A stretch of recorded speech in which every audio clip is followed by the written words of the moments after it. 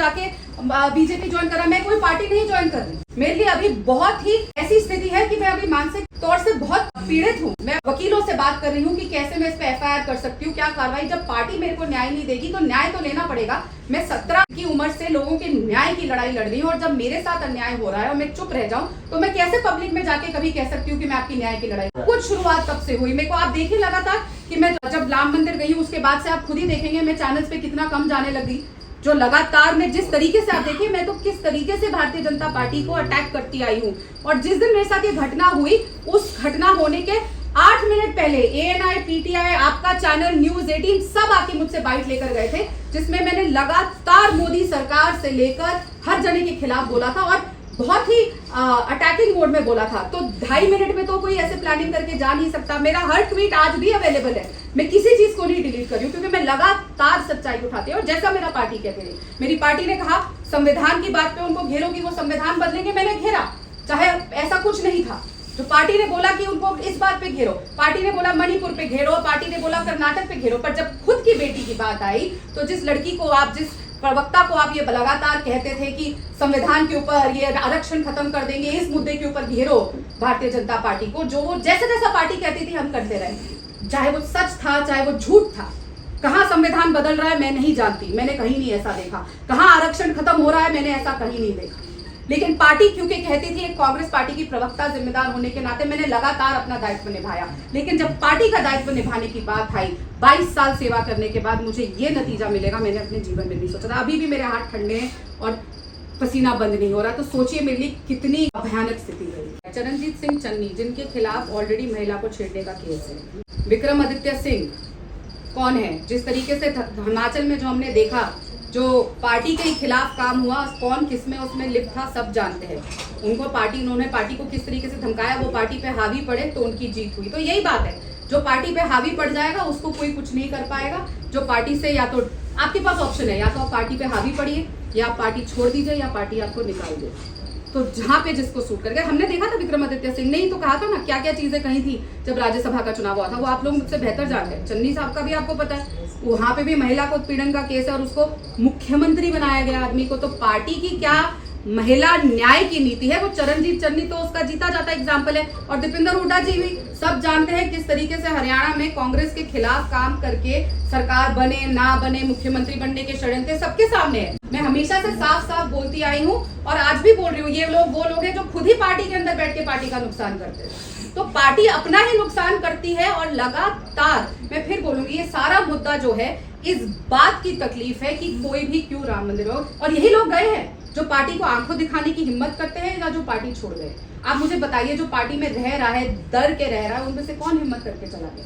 राहुल गांधी जी को मैंने अपनी पीड़ा बताई थी, मैंने मैसेज करके उनके दोनों OSD को अपनी पीड़ा बताई थी, राहुल गांधी जी को मेल भी करी थी। उम्मीद का इंतजार कर रही थी कि शायद राहुल गांधी जी अपनी पार्टी की कार्यकर्ता जो 22 साल अपने जीवन का इस पार्टी को दे चुकी है, उसकी भी व्यथा सुनेंगे, उसकी भी पीड़ा सुनेंगे और बोलेंगे कि कोई न्याय लिया जाए। पर नहीं, उन्होंने क्या भूपेश बघेल को चिट्ठी लिखी, उन्होंने क्या दीपक बैज जी को चिट्ठी लिखी, उन्होंने क्या मुझे चिट्ठी लिखी कि राधिका हम तुम्हारे साथ हैं, तुम फिक्र मत करो। ऐसे समय में अगर आपका शीर्ष नेतृत्व सिर्फ इतनी लाइन बोल दे कि हम तुम्हारे साथ खड़े हैं, तुम्हें न्याय मिलेगा, ये तक किसी की भी हिम्मत नहीं है। और मैं बहुत जिम्मेदारी से बात कहती हूँ, चाहे राहुल गांधी हो, प्रियंका गांधी जी हो, मल्लिकार्जुन खड़गे जी हो, जयराम रमेश जी हो, सचिन पायलट जी हो, भूपेश बघेल जी हो, किसी के अंदर भी रीढ़ की हड्डी नहीं है। एक इंसान के अंदर भी रीढ़ की हड्डी नहीं है कि वो लड़की को आके ये कह सके कि हम तुम्हारे साथ खड़े हैं, तुम्हें न्याय मिलेगा। सबके सब स्पाइनलेस है और सबके सब सिर्फ झूठे कामों में लगे रहते हैं। इधर के लिए बात करो, इधर के लिए बात करो। अरे अपना घर टूट रहा है, अपना घर बर्बाद हो रहा है, घर को तो बचा लो, फिर जाती किसी और की आवाज में। मैं लगातार जांच की बात कर रही थी, जैसा मैंने कहा, एक शो कॉज नोटिस भी 6 दिन में उस आदमी को नहीं भेजा गया। कोई भी जांच शुरू होने के लिए पहले दोनों पार्टी को शो कॉज नोटिस भेजा जाता है, जो आरोप भी लगा रहा है और जो आरोपी है उस पे भी। किसी को शो कॉज नोटिस नहीं आया, कोई कार्यवाही नहीं करी गई। रही बात अलका लांबा जी की, मुझे कोई कॉल नहीं है, वो मुझे बहुत अच्छे तौर से जानती है, व्यक्तिगत तौर से जानती है। उन्होंने एक फोन करके भी नहीं पूछा राधिका तुम्हारे साथ क्या हुआ। मैं तुम्हारी बड़ी बहन हूँ, मैं मदद करूंगी। चलिए सुनती तो, किसी ने सुना भी नहीं। नेटा डिसूजा को जब मैंने ये बात बताई तो उन्होंने कहा चुप रहना, चिल्लाने लगी। मनीष चक्रवर्ती भी ये बातें सुन रहे थे क्योंकि स्पीकर फोन ऑन था और उन्होंने मुझे स्वयं सामने से बताया था। तब मुझे चुप रहने को कह दिया गया, डराया धमकाया। देखिए मैं लगातार कोई भी अगर धर्म गुरु कुछ ऐसा काम करता था जैसे राम रहीम हो गए तो मैं वो बात सोशल मीडिया पे शेयर करती थी। एक ऐसा ही वीडियो मैंने एक शेयर किया था कि एक आदमी फादर है, क्रिश्चियन समाज का वीडियो था कि वो बिस्लरी की बोतल से लोगों पे पानी फेंक रहे हैं और लोग कूद रहे हैं। तो नेटा डिसूजा ने मुझे फोन करके उस समय भी धमकाया था कि कैसे तुम ये वीडियो शेयर कर रही हो। तो मैंने तब भी कहा था कि मैं हमेशा अपने धर्म के लोगों को अगर वो कोई भी गलत करता है तो बोलती हूँ तो मैं गलत बात कर रही हूँ, क्योंकि ये प्रेशर बनाया गया कि हम जिस पार्टी से आते हैं वहां पे हमारा नेतृत्व गुस्सा हो जाएगा। और मेरे को मैसेज भी है आज भी वो, और वो लिख के बोली कि पैस्टर नाराज हो रहे हैं, कांग्रेस पार्टी का ये स्टैंड है। अगर मैं किसी का सामने लेकर आ रही हूँ कि वो लोगों को बेवकूफ बना रहे हैं, बिस्लरी का पानी उनके ऊपर डाल के और वो तड़प के लोगों को बेवकूफ बना रहे हैं, मेरे पे सवाल आएगा। मैं किसी और धर्म के लिए, क्रिश्चियंस के लिए कुछ सिर्फ रियलिटी दिखा दूं, मैंने किसी धर्म पे सवाल नहीं उठाया था। मैं खुद एक कॉन्वेंट ऑफ जीसस मेरी स्कूल से पढ़ी हुई हूँ, हमारे दिन की शुरुआत चर्च जाके होती थी और तब भी मुझ पे ये आरोप लगाए थे। तो ये दिखाया जाता था कि सिर्फ तुम हिंदू धर्म को फॉलो करती हो, तुम बाकी धर्म के खिलाफ हो। जो लड़की खुद एक माइनॉरिटी स्कूल से पढ़ के आई हुई, उस पर ये इल्जाम लगाना कि मैं एक धर्म के खिलाफ हूँ, ये नेटा डिसूजा का किया हुआ है, जो महिला कांग्रेस की पूर्व अध्यक्षा रही है। और मैं मानती हूँ कि शायद पार्टी ने अगर कुछ समय में एक अच्छा डिसीजन लिया था तो वो ये था कि नेटा डिसूजा को महिला कांग्रेस से हटाया, जिस तरीके से उन्होंने मुझे बोला कि तुम चुप रहो। लेकिन जो नई भी बनी, जो खुद जाके दूसरी पार्टी में राहुल गांधी जी को पप्पू पप्पू बोल के आई थी, आज महिला कांग्रेस की अध्यक्ष है, वो भी एक बार फोन करके नहीं बोली। और सुप्रिया श्रीनेट जी, उनसे भी मेरी लगातार बात होती है, मैं उनसे हमेशा पूछती हूँ कि लाइन क्या है। हाँ, उन लोगों ने एक कार्रवाई जरूर करी, जब मैंने अपना इस्तीफा दिया तो सबने मुझे ट्विटर से अनफॉलो जरूर कर दिया। देखिए ये न्याय का तरीका है। किसी ने एक बार मुझसे पूछा नहीं कि तुम पार्टी छोड़ के जा रही हो। मैं कोई पार्टी में दूसरी में तो गई नहीं हूँ, अपनी पीड़ा ही तो मैंने जाहिर करी है। किसी ने मुझसे बात नहीं करी, पर ट्विटर पे अनफॉलो कर दिया। तो उनकी क्या राय है आप स्वयं आपके सामने। क्या राहुल गांधी ने मना किया था? क्या प्रियंका गांधी ने मना किया था? क्या खड़गे जी ने मना किया था? क्या भूपेश बघेल जी ने मना किया था? क्या सचिन पायलट जी ने मना किया था? कि जयराम रमेश ने मना किया था? किसके कहने पर उस आदमी को शो कॉज नोटिस नहीं दिया गया? बार बार मैं लगातार एक ही बात कर रही हूँ। वो इधर से घुमाने की कोशिश करेंगे, उधर से घुमाने की कोशिश करेंगे, लेकिन असल मुद्दे पे मैं उम्मीद करती हूँ कि देश की मीडिया उनसे ये बात पूछेगी और ये सवाल का जवाब, मेरा सवाल लेकर जाएगी उनके कि आपके हाथ किसने बांधे, किसके षड्यंत्र के तहत आपने आज तक उस आदमी को शो कॉज नोटिस नहीं भेजा और राधिका खेड़ा को क्यों लगातार राम मंदिर जाने के लिए जलील किया। जिन लोगों से लड़ रही हूँ वो देखिए कितने बड़े हैं, देश की सबसे पुरानी पार्टी है और इतने बड़े बड़े नेता, राहुल गांधी जी, प्रियंका गांधी जी, खड़गे जी, जयराम रमेश जी, छत्तीसगढ़ के पूर्व मुख्यमंत्री जो ऐसे चुटकी बजा के कहते तुम छत्तीसगढ़ छोड़ दो। और ये सब होने के बाद उन्होंने गुंडे होटल के बाहर बैठा दिए। लगातार मेरे होटल के बाहर छत्तीसगढ़ के पूर्व मुख्यमंत्री ने गुंडे बैठा दिए और मैं बाहर नहीं जा पा रही थी अपने कमरे से। पहले तो वो अपने अंदर गिरेबान में झांक के देखे, बाद में ये बात आती है।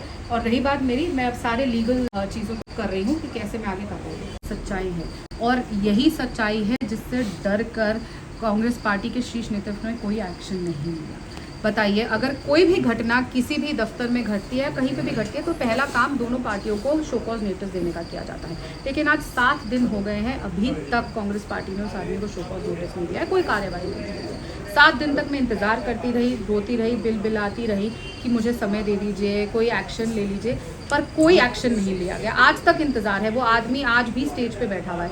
लेकिन मेरे राम मंदिर जाने की इस तरीके की सज़ा मुझे दी जाएगी कि मुझे मेरे न्याय के हक से वंचित रखा जाएगा। मैं और उनके साथ ही 2 प्रवक्ताओं ने ऐसा किया, मुझे कमरे में बंद किया, गालियाँ दी, लगातार चिल्लाए, अभद्रता करी, मुझ साथ बदसलूकी करी, लगातार ऐसा किया। और मैं बार बार, और ये लगातार चलता आ रहा था। और एक मैं समझ ही नहीं पाई कि मेरे राम मंदिर जाने का इतना कष्ट, इतनी घृणा कांग्रेस पार्टी में आ जाएगी कि वो एक षड्यंत्र के तहत, क्योंकि मेरे काम पे तो किसी मेरे पे कोई सवाल नहीं उठा सकता था। लगातार जो लोग पार्टी के विरोध जाके काम कर रहे थे, उनका काम रोक के मैंने वहाँ पे इंश्योर किया कि कांग्रेस की मीडिया कवरेज मिले। सुशील आनंद शुक्ला कभी भी कांग्रेस को छपने नहीं देते थे भूपेश बघेल के इशारे में, कि कहीं पे एक ये नैरेटिव बनाना था कि अगर भूपेश बघेल सरकार में नहीं है या अगर भूपेश बघेल पार्टी नहीं चला रहे तो किसी तरीके से यहाँ पे कांग्रेस नहीं जीतनी चाहिए। तो मेरी लड़ाई वहाँ शुरू हुई, मेरी लड़ाई वहाँ शुरू हुई जब मैं राम मंदिर गई, मेरी लड़ाई वहाँ शुरू हुई जब मैं कौशल्या माता के मायके में जाके वहाँ पे उनका नाम लेती थी। तब भी मुझे विनोद वर्मा से लेके सबने जो उस समय मीडिया चला रहे थे पिछले चुनाव में बोला कि तुम बार बार कौशल्या माता का नाम मत लो, राम जी का नाम मत लो। राम जी से इतनी घृणा सुना तो था मैंने, पर मुझे आज पहली बार पता चला और मैंने एहसास किया इस बात का कि किस तरीके से राम जी की घृणा के चलते मेरे खिलाफ षड्यंत्र। तुरंत इस्तीफा दे देना चाहिए प्रभारी जनरल सेक्रेटरी के मुद्दे से कि अगर उनके प्रदेश में जहाँ पे वो कभी कभी घूमने आ जाते हैं, वरना उनके पीए आगे घूमते हैं, तो उनको यही नहीं पता इतनी बड़ी घटना हो रही है और वो कहते हैं मुझे इस बात का पता नहीं। जब खुद मैंने फोन करके बता दिया, तो ऐसे नैतिकता के आधार पर सचिन पायलट जी को इस्तीफा दे देना चाहिए।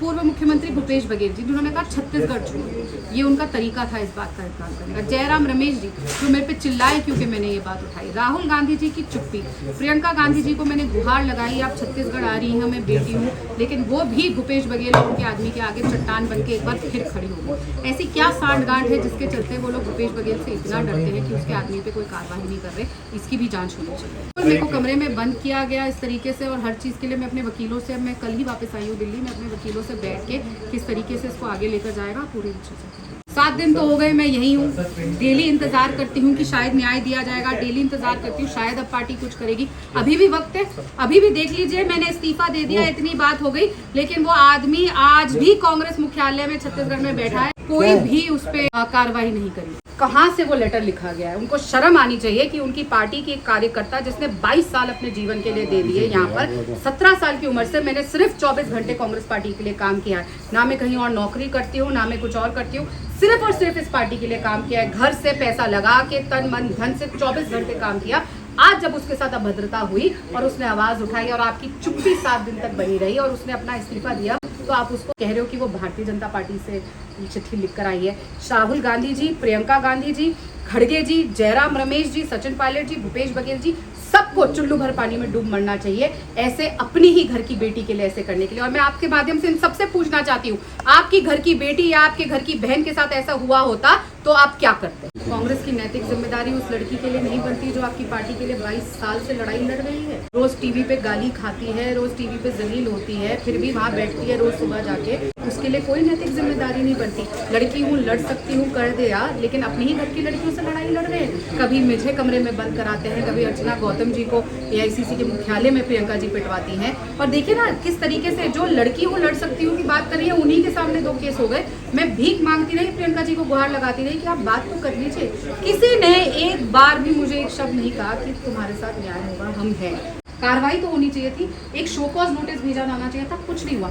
इतनी घृणा क्योंकि मैं राम मंदिर होके आई, उसकी घृणा ऐसे निकलेगी मैंने नहीं सोचा था। पर जो राम के नहीं वो किसी काम के नहीं, और राम जी ही उनको इस बात का जवाब देंगे। तो भारतीय जनता पार्टी के खिलाफ जिस तरीके से मुखर होकर मैं अपनी बात बोलती था, मेरे ट्वीट्स आज भी सारे हर जगह है।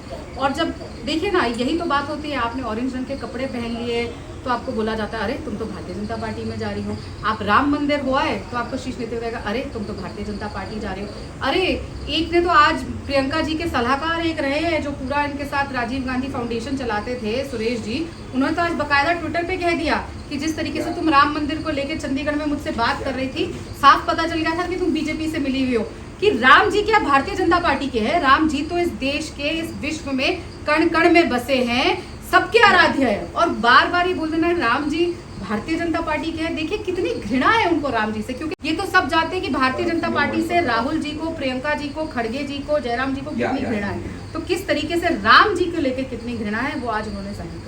ये कह रही हूँ कि भूपेश बघेल जी लगातार कह रहे हैं छत्तीसगढ़ छोड़ दो, वो उस दोषी को बचा रहे हैं। प्रियंका गांधी चट्टान की तरह उसके आगे खड़ी हो गई, अब वो राहुल का ऑब्जर्वर बन गए हैं। तो ये साफ पता चल रहा है कि कुछ तो सांठगांठ है कि राहुल गांधी जी अब समझ आ गया इस बात से। अब पूरी चिट्ठी समझती जा रही है। पहले मेरे राम मंदिर पे जाने पे देखिए तकलीफ हुई, मेरे खिलाफ षड्यंत्र रचा गया। फिर अब मैं सोच ही रही थी कि क्यों राहुल जी, प्रियंका जी मेरी आवाज नहीं सुन रहे, क्योंकि जो भी उनको भूपेश बघेल जी दे रहे हैं, जो सारा कोयला स्कैम हुआ, महादेव ऐप का पैसा हुआ, हर चीज जो हुई सबको पता है कि उन्होंने क्या किया और उनको प्रोटेक्ट कहाँ से किया जा रहा था वो आज सामने है और वही आज उनके चुनाव लिटवाने जा रहे हैं। और देखिएगा प्रभु श्री राम उत्तर प्रदेश की धरती से उनको जवाब देंगे जब राहुल गांधी जी एक लड़कियों के साथ, जब अपनी ही पार्टी की लड़कियों के साथ भी खड़े हो पा रहे तो रायबरेली की कोई भी महिला उनको वोट नहीं देगी। कांग्रेस पार्टी के लोग भी जानते हैं कि कांग्रेस न्याय नहीं दे सकती, सिर्फ बीजेपी गवर्नमेंट में न्याय मिलेगा।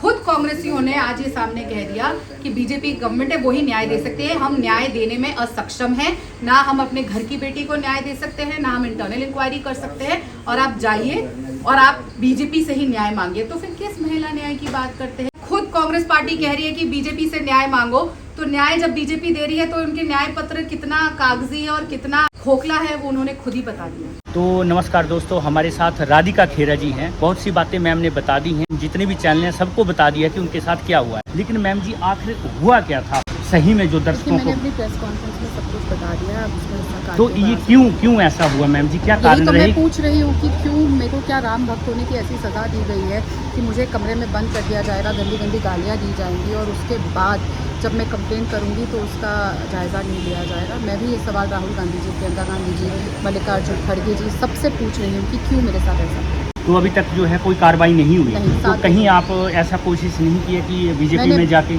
क्यों मेरे को समझ नहीं आता। आप लोग या थाने में आप जाएं, थाने में आप कांग्रेस जाएं। की भाषा क्यों बोल रहे हैं कि हम राम मंदिर जाते हैं तो हम बीजेपी हैं, महिला अपने न्याय की आवाज़ उठाती है तो हम बीजेपी है। मीडिया को कांग्रेस का मुखपत्र बनना बंद करना चाहिए और न्याय के लिए महिला की आवाज़ बननी चाहिए, न्याय के लिए हर हिंदू की आवाज़ बननी चाहिए और ये कांग्रेस का एजेंडा नहीं चलाना। थैंक यू वेरी मैम, बहुत बहुत धन्यवाद। तो अभी हम एक कॉन्फ्रेंस से बाहर निकले हैं जिसमें राधिका खेरा जो है उन्होंने बहुत गंभीर आरोप पार्टी के ऊपर लगाए हैं। कार्यकर्ता रही हैं, प्रवक्ता रही हैं कांग्रेस पार्टी की, AICC और जितने भी कांग्रेस के बड़े नेता हैं उनके ऊपर गंभीर आरोप लगाए हैं। और कईयों का तो ये कहना है कि बीजेपी इसमें शामिल है क्योंकि बीजेपी ऐसे बड़े आदमियों का प्रयोग करती है और फिर इल्जाम लगा के वो अपने पास उस पार्टी के प्रवक्ता को या नेता को ले लेती है। तो सागर जी हमारे साथ मौजूद हैं, मीडिया हाउस इनका अपना है। सागर जी से जानना चाहते हैं कि क्या ये आरोप सत्य है और क्या ये मैडम सही में दुखी है? हाँ, ये मैडम बिल्कुल दुखी है। कांग्रेस पार्टी है, वहाँ पे जो छोटे लीडर हैं जब वो आगे बढ़ते हैं तो उनको रोकने के लिए बहुत सारे हथकंडे अपनाए जाते हैं और उन हथकंडों में ये बेचारी फंस गई। हालांकि ये बहुत पुरानी वहाँ की नेता है और स्पोक्स पर्सन भी रही है। जैसे आपने कहा फंस गई है, इसका मतलब क्या है? हो सकता है झूठ भी तो बोल रही हो। नहीं, ये झूठ नहीं बोल रही, क्योंकि मैंने देखा है कि कांग्रेस के पार्टी में वहाँ पे वो देखते हैं कि जो पार्टी के इंटरनल जो कोठरी है उसको टो करती है, उनकी बात मानती है और उनके ख्यालात पे चलती है, तब वो लीडर जो है आगे बढ़ सकती है। अब अगर आप बीच में आनाकानी करेंगे, वो कोई भी बात हो, बात कुछ भी हो सकती है, लीडर से के प्रति हो सकती है, पार्टी के लेवल के प्रति हो सकती है, या उन लीडरों की कुछ खास डिमांड हो सकती है। उन सब बातों को लेते हुए हम ये समझते हैं कि कांग्रेस पार्टी जो है, जो कि एक मास पार्टी थी, जो एक बहुत बड़ी पार्टी है, जो 130 साल पुरानी पार्टी है, वो अब धीरे धीरे खत्म होने के कगार में डिसइंटीग्रेट होती चली जा रही है। और आप इसको कह सकते हैं कि फिजन प्रोसेस, जो पार्टी का फिजन प्रोसेस है, वो धीरे धीरे ये होता जा रहा है और इसमें अब पार्टी जो है यूपी में कुछ कर सकेगी। बट लेकिन इस हथकंडे के बाद और बहुत सारे वहाँ पे आप देखें कि इस तरीके की जो छोटी छोटी बातें हैं उससे पार्टी को पॉपुलैरिटी नहीं मिलती है, बल्कि कहीं ना कहीं ऐसा तो नहीं लग रहा है कि ये इलेक्शन के दौरान में इस तरह के हथकंडे अपनाए जाते हैं, कहीं उसी का ये एक सेटअप हो बनाया हुआ? नहीं, इसकी जो कथा है अंतरात्मा झिझोर के रख दी है इन लोगों और एक स्पोक्स पर्सन जो होता है वो पार्टी का एक बहुत बड़ा स्तंभ होता है। तो दोस्तों ये थे हमारे साथ सागर जी। बहुत अच्छी बात इन्होंने बताई कि किस तरह से जो है बड़े पदों पे बड़े लोगों का दुरुपयोग उपयोग होता है। तो बहुत बहुत धन्यवाद। फिर एक नई शख्सियत के साथ दोबारा मुलाकात होगी। जय हिंद, वंदे मातरम, जय भारत, जय Shri Ram. Thank you very much.